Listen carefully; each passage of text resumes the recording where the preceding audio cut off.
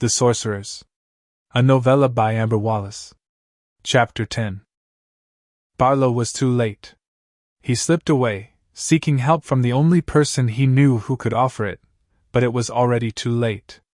Silva's lifeless body lay before him, and he felt their connection fading. "I don't understand," Alec murmured, staring down at Silva's form. "I can explain that," a voice said from behind him. Alec turned to find the woman who had arrived a month earlier, warning him about Silva. If he recalled correctly, she was her mother. The crowd had already dispersed. The woman gestured towards Silva and Otis. "Brother and sister," she began. "Twins, to be precise. One with the power of light, the other with darkness. They were raised within the sisterhood, studying our Wiccan ways. But that was never enough for them. As curious children, they began dabbling in other forms of magic, eventually cursing themselves with a spell not easily undone." Alec watched in silence as the woman continued her tale.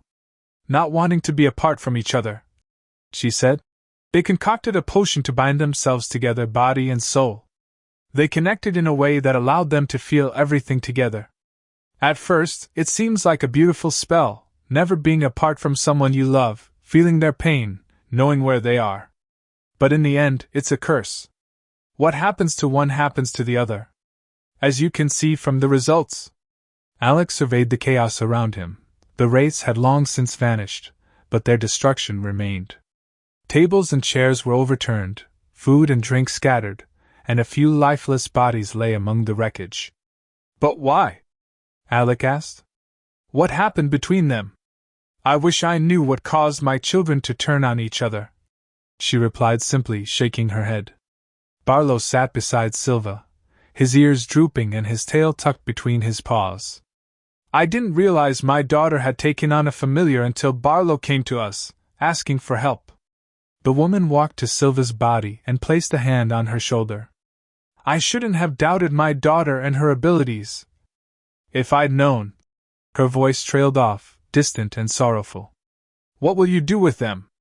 Alec asked, watching her closely as she stood. "I will bring them home with me."